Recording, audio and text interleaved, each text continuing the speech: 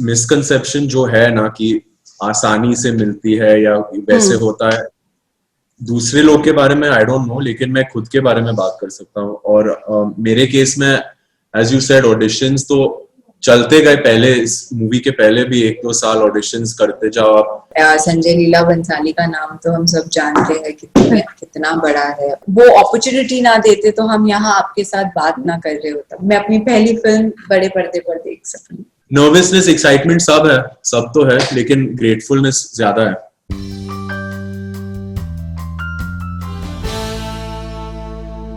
Today on Spot Boy, we have two upcoming talents in the Bollywood industry, and that's Jatalika and Anmol Takeria Dylan with their upcoming film Tuesdays and Fridays. जो film का title है उसने काफी confuse कर दिया है मुझे। सो पहले आप मेरी वो कंफ्यूजन दूर कर दीजिए कि एग्जैक्टली ट्यूसडे और फ्राइडे को होगा क्या। तो सिया और वरुण जो हमारे किरदारों का नाम है फिल्म में, वो सिर्फ और सिर्फ ट्यूसडेज और फ्राइडेज को एक दूसरे से मिलते हैं। वो बॉयफ्रेंड गर्लफ्रेंड सिर्फ ट्यूसडेज और फ्राइडेज को होते हैं, बाकी के दिन वो किसी और को मिल सकते हैं, डेट कर सकते हैं, जो चाहे जो मर्जी करना चाहते हैं कर सकते हैं। तो फिल्म का नाम उसी क्लॉज से पड़ा कि वो डेट सिर्फ ट्यूसडेज और फ्राइडेज को करते हैं। या बेसिकली वही है ना कि ये दोनों दिन पे डेट करेंगे, वक्त बिताएंगे एक दूसरे के साथ, और बाकी के दिन जो भी करना है करो, लेकिन थोड़ी केयरफुल रहो, क्योंकि उसके बाद मैडम क्या कर सकते हैं फिल्म में आपको पता चलेगा। वैसे लोग कहते हैं कि प्यार जो है वो टर्म्स एंड कंडीशंस से नहीं होता, लेकिन आप लोगों का जो मैंने ट्रेलर देखा है वहां प्यार ही टर्म्स एंड कंडीशंस पे शुरू हो रहा है। सो ये जर्नी कैसी रही पूरी? टर्म्स एंड कंडीशंस की जर्नी? हाँ, फिल्म में जो टर्म्स एंड कंडीशंस की जर्नी हम देखने वाले हैं as an viewer. Right, I think as you said कि थोड़ा अलग है, राइट, ये कॉन्सेप्ट ही हटके है, तो वही हमें भी अट्रैक्ट किया एक्चुअली। तो हमें भी लगा कि एक मॉडर्न लव स्टोरी का क्या टेक हो सकता है। नॉर्मल लव स्टोरी तो हम इतने देखे हम लोग सालों से, तो ये थोड़ा अलग क्वर्क फैक्टर जो था, अभी रियल लाइफ में कितना एक्चुअली कर सकते हैं ट्यूसडे एंड फ्राइडे को वो लोग ही जान पाएंगे, लेकिन आई थिंक मूवी में तो ये है कॉन्सेप्ट। बट लगता है आपको कि ये जो हर मूवी का एक मैसेज होता है, इससे जो आप मैसेज दे रहे हैं वो लोगों के लिए हेल्पफुल होने वाला है या और ज्यादा डिस्टर्ब कर देगा रिलेशनशिप्स? नहीं, मैसेज की आई डोंट नो अगर हमने फिल्म मैसेज देने के लिए बनाई है। आई थिंक ये फिल्म सिर्फ एक स्टोरी है, कहानी है दो लोगों की जो अपने आप को एक दूसरे के साथ ढूंढ रहे हैं, अपने रिश्ते को समझने की कोशिश कर रहे हैं, एंड ये दोनों अग्रीमेंट में है इस क्लॉज के। तो इसमें कोई मैसेज लेने वाली बात नहीं है। अगर दो इंसानों को लगता है कि हाँ हम ये ट्राई करना चाहते हैं एंड ये हमारे लिए भी वर्क कर सकता है, तो डेफिनेटली ट्राई इट आउट। लेकिन ये तो बस रिलेशनशिप टू रिलेशनशिप मैटर करती है। जो दो लोग रिलेशनशिप में है, अगर वो सहमत है तो फिर किसकी सुन। एग्जैक्टली। वैसे आप दोनों की ये पहली फिल्म है, so please tell me how was the experience of shooting for a film. वो फर्स्ट सीन बताइए जब आप कैमरे के सामने आए, और क्या कुछ चल रहा था दिलो दिमाग में, कैसी फीलिंग्स थी, कैसी वाइब्स थी? नर्वस थी मैं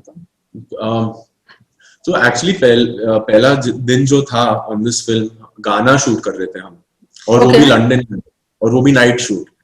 तो हाँ, तो शी हैड अ थिंग कि उसको ठंड बहुत लगती थी एक्चुअली, और लंदन में तो वो वेदर था, तो हम लकीली डांस कर रहे थे तो पसीने छूट रहे थे, तो वो ठीक था। But I think first day हम वही फिगर आउट कर रहे थे कि स्टेप्स करना तो ठीक है हम कर सकते हैं, लेकिन जो सराउंडिंग्स है, जो टेक्निकलिटीज है, वो फिगर आउट करना थोड़ा चैलेंजिंग था। बट आई थिंक हम सीख रहे थे डे बाय डे। एंड मैं ये कहना चाहूंगी, सॉन्ग्स जब लोग देखते हैं तो लगते तो बहुत सुंदर है, जो उसके पीछे मेहनत जाती है वो अलग है। So songs are not like, you know, they like you see, and we weren't expecting that, क्योंकि मैंने सोचा था कि हाँ डांस करना है, डांसिंग तो अच्छी लगती है, अपनी स्टेप्स सीख के चले गए थे, पर जो शूट का डायनामिक था, मतलब जैसे शूट करते हैं गानों को, राइट, नहीं मतलब दैट वाज, बोलते हैं ना, they threw us into the fire first, मतलब कि सबसे डिफिकल्ट वाली चीज पहले करवा लो, फिर बाकी सब आसान लगेगा. So I think because we shot 2 songs of our film just at the beginning of our shoot, we were it actually prepared us, which we didn't realize would happen, but when we started doing the scene work, we realized कि ये तो हमारा prep हो गया song करते करते, क्योंकि हमने इतनी सारी चीजें समझ ली सॉन्ग के दौरान कि वो हमें थोड़ी आसानी हो गई, थोड़ी सी, जब सीन वर्क बनाए. वैसे फिल्म तो हम देखेंगे, लेकिन अगर मैं पूछूं आपसे कि कौन सा एक ऐसा सीक्वेंस था जो आप लोगों के लिए काफी यादगार बन गया और क्यों, तो वो क्या होगा? बहुत है फिल्म में, तो there are so many moments, इतने ज्यादा मतलब क्यूट मोमेंट्स है ना हमारी फिल्म में. कभी कभी जैसे हम शूट करके आते थे तो ये अनमोल, दैट वाज क्यूट ना, एक रूफटॉप सीन है, that was really sweet, it was very sweet and very very cute. एक सीन है जब रात को, एक सीन है जब रात को, मतलब मैं तो आपको, बट अगर मेरे को एक सीन चूज करना पड़े जो मेरे लिए बहुत स्पेशल था अनमोल के साथ, दैट वाज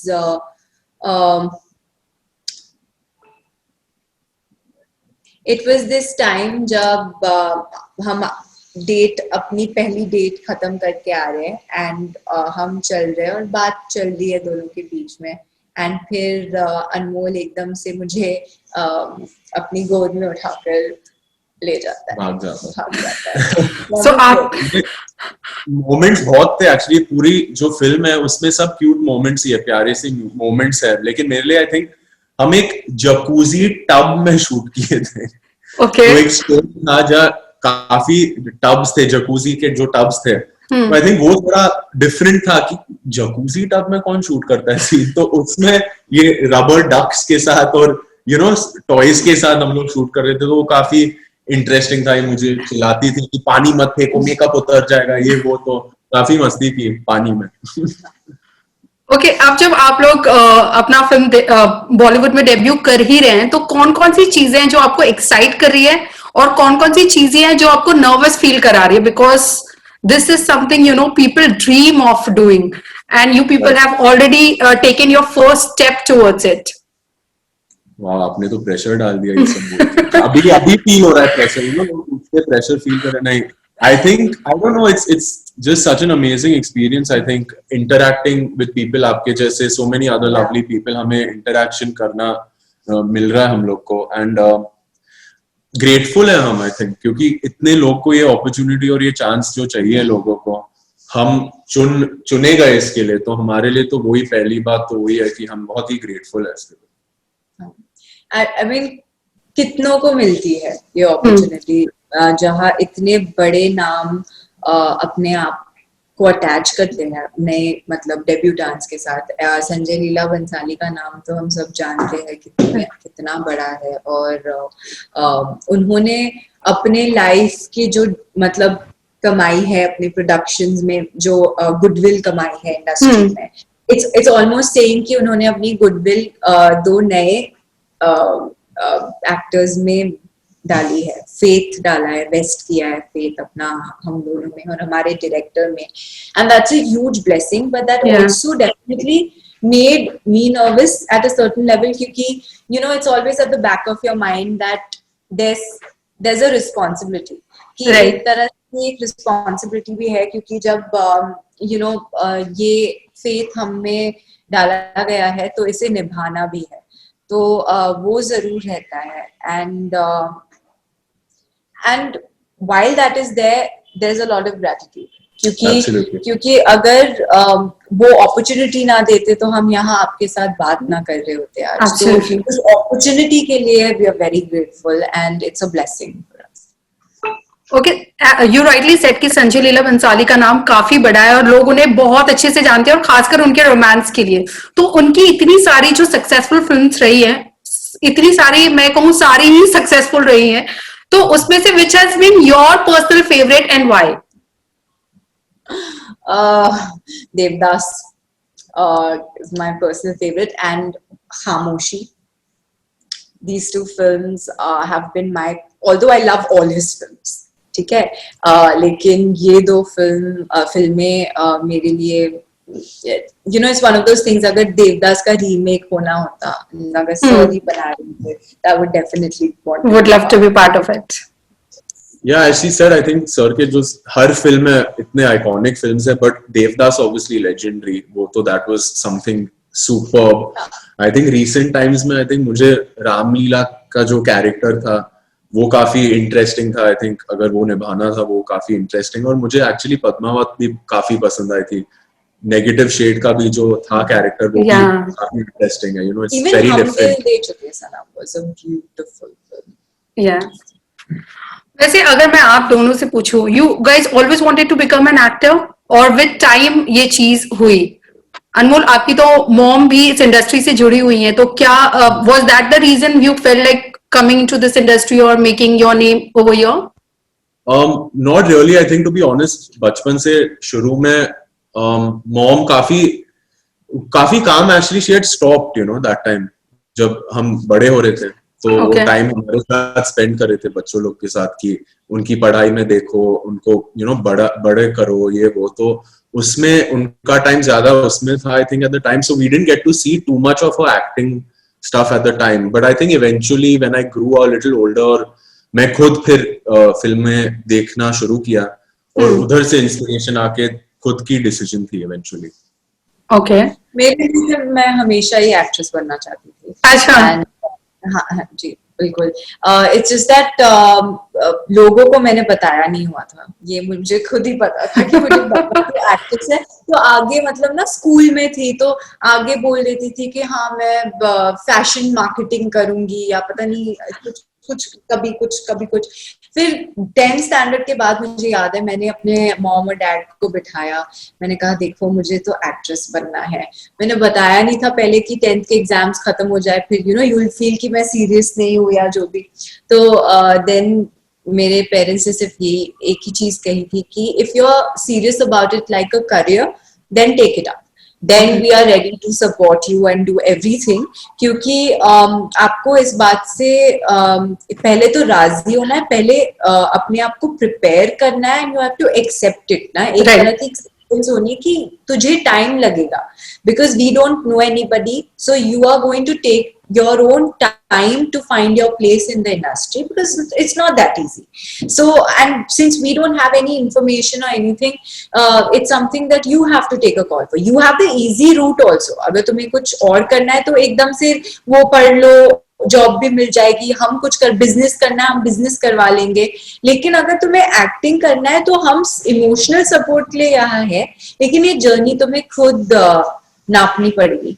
तो बस वही था, पता था कि एक्टिंग के अलावा तो और कुछ है नहीं. प्लान बी तो कभी नहीं था, कभी सोचा ही नहीं प्लान बी का. तो वही उसी रास्ते चल पड़ी एंड आज यहाँ आपसे बात कर रही हूँ. तो कैसा था रास्ता? इजी था या डिफिकल्ट था? कितने ऑडिशंस देने पड़े, कितना कुछ? क्योंकि as far as I know 2014 में you were part of Femina, right? First runners up. Yes. So now it's been like 6 years already. So how difficult the journey was to reach till here? It wasn't easy. मैं झूठ नहीं बोलूंगी. It had its own trials because you know आप ज्यादातर लोग जानते हैं auditions का सिस्टम कैसा होता है. इट्स नॉट दैट झट से ऑडिशन दो और पट से मूवी मिल जाए, ऐसा नहीं होता. इट्स आप ऑडिशंस देते रहते हो, लोगों से मिलते रहते हो, some things don't work out sometimes for whatever reason, and फिर वेट होती है, अनसर्टनिटी बहुत होती है कि पता नहीं होगा नहीं होगा, you know how are we going to. लेकिन अगर कोई चीज है जिससे मेरी बहुत हेल्प की वो ये थी कि मैं पहली बात तो मैं बॉम्बे से हूँ, तो मेरी पूरी फैमिली और फ्रेंड्स यही रहते हैं. तो वो जो एक इमोशनल सपोर्ट होता है that's very important in times that you are feeling the best.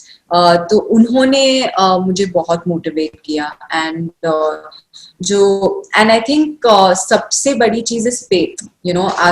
मैंने हमेशा से ये बात कही है, ज्यादा मतलब लोगों से बाहर तो नहीं, लेकिन मेरे एनवायरनमेंट में जो लोग रहते हैं उनसे ये बात कही है कि I have always felt like I am blessed and you know like I've been God's child, so He's taken care of me through it. Like, you know, if there have been times जब मुझे समझ नहीं आया हो कि क्या हो रहा है, होने वाला है, नहीं होने वाला है, उस वक्त भी मुझे कुछ इशारे मिल गए जिसने मुझे संभाल कर रखा, and it kept me going in the direction that I'd chosen. So it wasn't easy, but it was worth it. What about you, Anmol? I heard that you also audition for this particular film, and before this, how many auditions have you given to and met how many directors, you know, to make a mark in this industry? Right, तो I think वो misconception जो है ना कि आसानी से मिलती है या वैसे होता है, दूसरे लोग के बारे में I don't know, लेकिन मैं खुद के बारे में बात कर सकता हूँ। और मेरे केस में as you said auditions तो चलते गए, पहले इस मूवी के पहले भी 1-2 साल auditions करते जाओ, आप एक्सेप्टेंस, रिजेक्शन, सब चीजें के साथ डील करो और फिर आगे जाकर कुछ शायद वर्कआउट हो जाता है। आई थिंक हमारे लिए साथ में ही वर्कआउट हुआ है। हमारे लिए हम एक ही दिन को हम मिले थे मिस्टर भंसाली को, एजेंसी के थ्रू मिले थे हमें, और तभी भी दूसरे जो लड़के लड़कियां थे they were also meeting him, so we were not की सिर्फ अनमोल और जटालिका से वो मिल रहे, काफी जनों से मिल रहे थे वो। और आई थिंक उसके बाद जो प्रोसीजर इनके साथ भी सेम था कि आप ऑडिशन टेप्स भेजिए, डांस भेजिए, और जो प्रोटोकॉल जो प्रोसेस है, और उसके बाद फिर आप शांति से रुकिए, अगर कॉल वापस आता है तो मतलब ठीक है, all and good, otherwise you have to move on. और फॉर्चुनेटली हमारे साथ ये कॉल आया हम दोनों को कि चलो आप दोनों सिलेक्ट हुए इस फिल्म के लिए और इस प्रोडक्शन हाउस के तरफ से। सो आई थिंक जर्नी हमारी काफी सेम रही है इस फिल्म को लेकर एटलीस्ट, और जैसे हमें हमारा जो ब्रेक मिला सिमिलर तरीके से ही मिला। The film is releasing in theaters, so is that making you feel excited or feeling you disturbed कि क्योंकि जो भी करंट सिचुएशन है और इतने महीने थिएटर्स बंद रहे हैं, लोगों का इंटरेस्ट OTT की तरफ शिफ्ट हो चुका है, तो लोग आएंगे नहीं आएंगे, स्ट्रेस है जरा भी? I don't know if I will call it stress. I think ये इस बात से तो हम prepared थे कि ये ideal times नहीं है। एक साल से we've been home and you know socially interaction बहुत कम है लोगों से, लेकिन now it started picking up, you know 100% occupancy का भी order आ गया है 1st Feb को, so and I'm hoping that you know some people, there are a lot of people who have become a little more relaxed and want to get out of the house, तो वो जरूर है। I am not stressing about the fact कि कोई आएगा नहीं theatre में या कोई देखेगा नहीं, उस बात की स्ट्रेस नहीं है, क्योंकि मेरे लिए एटलीस्ट प्राइमरी और बोलते हैं जो प्रायोरिटी होती है वो ये थी कि ये फिल्म निकल जाए, क्योंकि हमने बहुत मेहनत की है, हमने बहुत दिल से इस फिल्म को बनाया है, और 1 साल लैग हो गया हमारी लाइफ्स में कि ये फिल्म रिलीज नहीं हो पाई और हम किसी को दिखा नहीं पाए। एंड फॉर मी ये अब वो बोलते हैं ना कि एक नई बिगिनिंग होती है, तो मेरे लिए ये कोविड के बाद वो ही न्यू स्टार्ट है कि इसके बाद हम आगे जाकर और काम करें, एंड इवेंचुअली हम नेटफ्लिक्स पर भी होंगे and we will be so at the moment if you were to ask me about how I feel that it's releasing in a theater, I'm very excited because मैं हमेशा से theatrical release चाहती थी अपनी पहली फिल्म की, you know वो होता है एक डेब्यूटेंट 70mm स्क्रीन पे अपने आप को देखना, हाँ मैं अपने आप को बड़े पर्दे पर देखूं, एंड कहीं ना कहीं वो डर था कि पता नहीं शायद OTT पे रिलीज होगी, क्योंकि you know given the circumstances कैसे हालात थे, तो मैं तो खुश हूँ कि मैं अपनी पहली फिल्म बड़े पर्दे पर देख सकूं। आई एम श्योर अनमोल आप भी खुशी होंगे, थिएटर रिलीज है। जी आई थिंक जो ये बोल रही है सही है, क्योंकि आई थिंक सपने तो वही देखते हैं ना कि जब हम लोग फिल्म शुरू कर रहे हैं और फिर वो पूरा जो जर्नी होता है यू वांटेड कि इवेंचुअली थिएटर में आके वो जर्नी कंप्लीट हो, right? So I was just, देखो it's not in our hands, right? जो हुआ पिछले साल it's something that's taken the world by storm, so I think first most importantly we have to be grateful कि we are still safe and we are all fine, and I think अभी जो entertainment जो आ रहा है, people are now getting more open कि जाके थोड़ा इतने टाइम से घर पे रहे हैं और टीवी पे, लैपटॉप पे, फोन पे कंटेंट देख रहे हैं, तो अभी ये मौका मिल रहा है लोगों को कि वापस जाके थिएटर में देखे, और वो भी एक sweet, light, romantic, cute film, तो क्यों नहीं? I think it's nervousness, excitement सब तो है, लेकिन ग्रेटफुलनेस ज्यादा है, I think. Okay. Thank you so much, guys. All the very best for your future. Thank you so much. Thank you for talking with us. Same here. Take care. Bye. Bye.